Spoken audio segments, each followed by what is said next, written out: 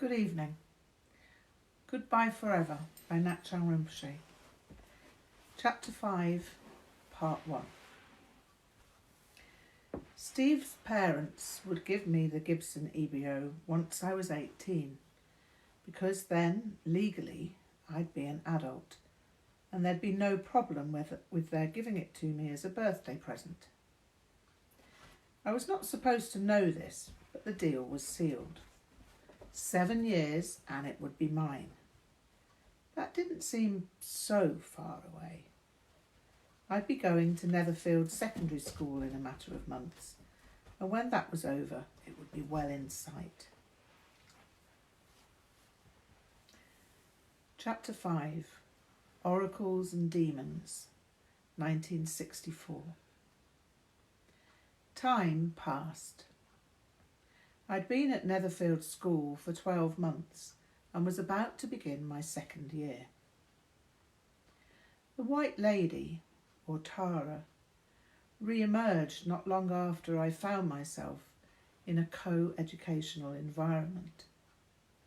The presence of girls was an explosive experience, albeit indefinable and intangible.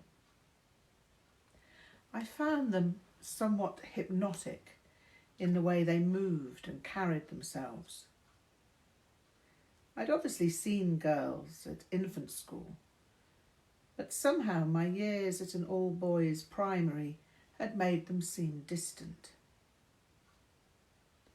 I'd also seen girls outside the primary school environment, but always at something of a distance.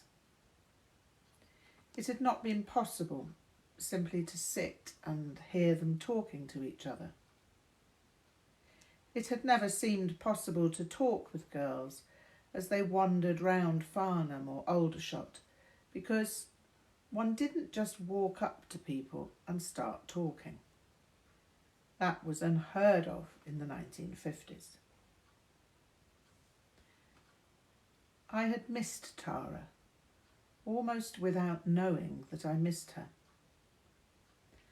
I only knew that I had missed her when she reappeared. I missed Alice too. In some strange way, the White Lady, Alice and Frig had merged into White Tara. When she reappeared, I realised that she had been there all the time, in the background, as an indefinable feeling tone.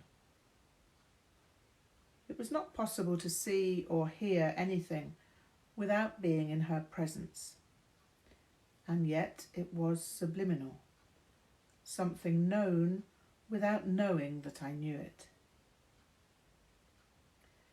Now she was back, and I was both happy and bemused as to what part she might play for me as an aspiring bluesman. Much to the contempt of the boys, I made friends with most of the girls at school, particularly Lindsay Golding. Romance, however, was the last thing on my mind. It was more the fact that the girls were interested in poetry and art, and the boys were not. The girls would talk about art, nature, and anything interesting. The boys seemed to be the same fine young lower primate sport enthusiasts I'd found at primary school. I tolerated them as best I could and tried to be friendly. Girls had fascinated me from my earliest years, maybe because of the White Lady. The White Lady had, in some oblique way, appeared through Alice Trevelyan. Not that I ever thought that Alice was the White Lady, but there was a sense in which she inspirationally represented the White Lady as an adventitious, poetic ambassador.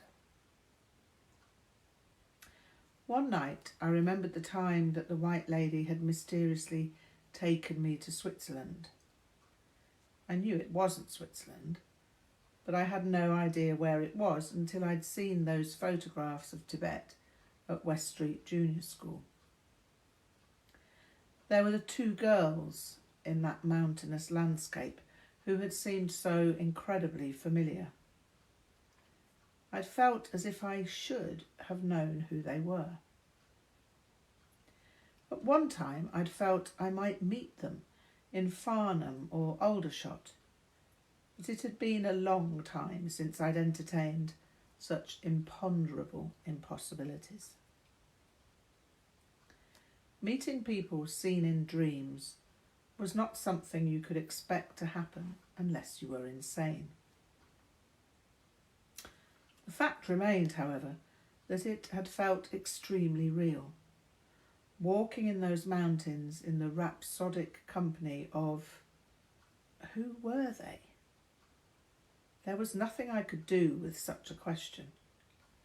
It just had to sit there at the back of my mind, whilst I pondered blues with the front of my mind. At the start of the second year, an idea emerged. It was vague at first, flittering like a burlesque bat in the tonal ballet of twilight, barely within concept range. I remembered Mr. Love and our many conversations about blues. I remembered him telling me about a special place a person could go to become a great blues musician. It was the Crossroads. The Crossroads was the place you could meet Papa Legba.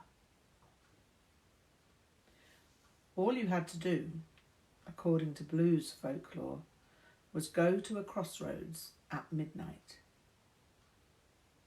You'd have to sit there with your guitar. You'd have to play something, or at least sing something, and a large black man dressed like Abraham Lincoln would come along. He'd put out his hand, gesture for you to pass your guitar over. You'd hand him your guitar, he'd tune it and pass it back. You'd then play like Robert Johnson. That was how it could be. Well, eventually, when I finally got a real guitar.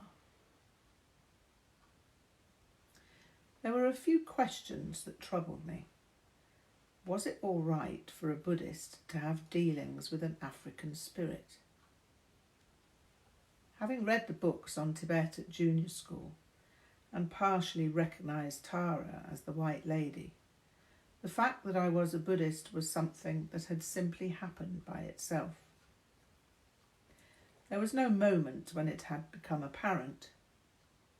I had not arrived at my conversion by any process of thought.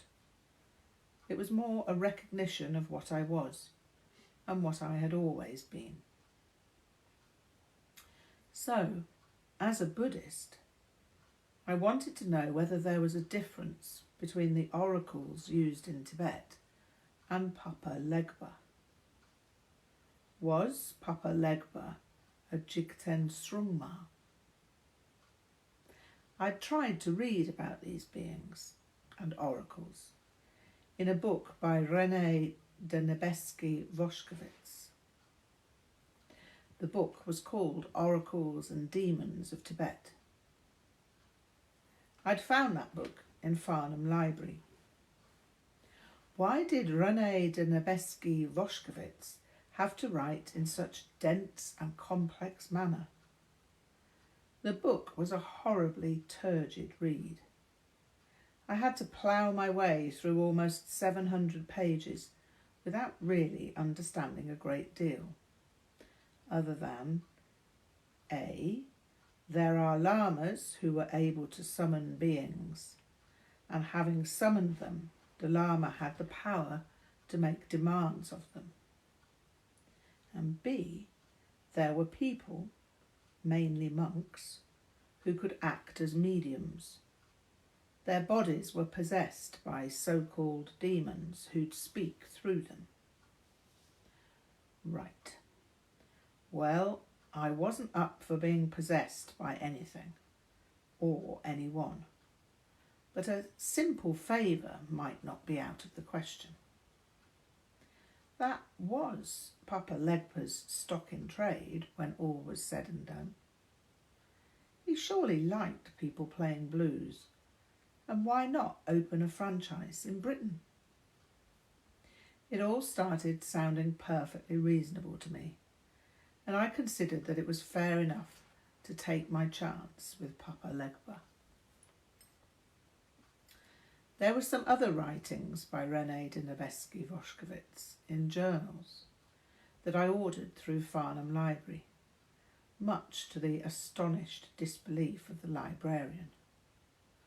What does a 12-year-old boy want with anthropological articles from erudite ethnographic journals? I looked sheepish. It's for a school essay, I lied.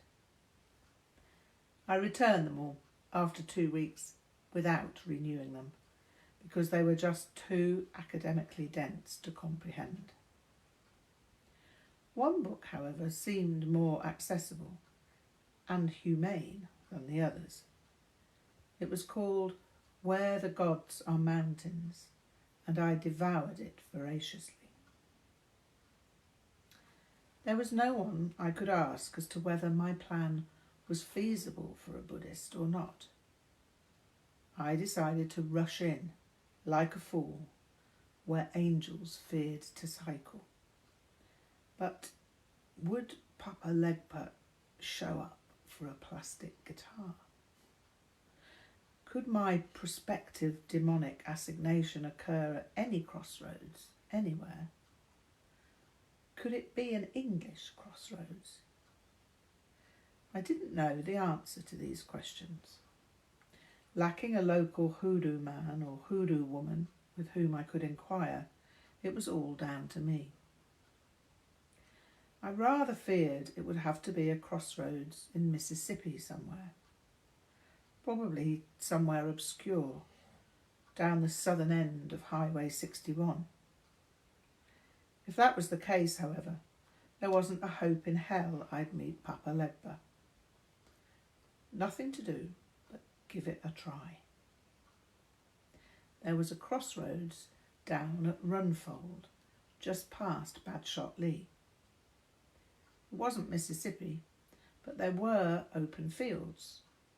They spread out in all 4 quadrants of the crossroads, just as I had in mind from my conversations with Mr. Love. Mr. Love, because I'd asked him, painted a picture in words as to how the crossroads might appear. Mississippi is flat and the fields have no boundaries with roads, it said.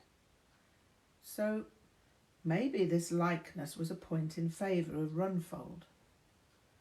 Runfold lies on the Pilgrim's Way, an ancient track, and so it had some kind of magic about it. I went down to the crossroads after school to check it out. Runfold was indeed as flat as anything realistically could be.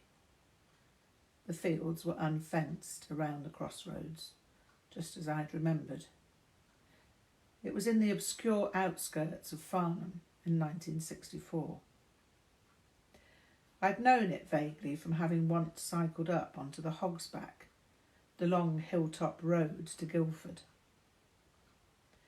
Runfold was as balefully bucolic as a Brussels sprout.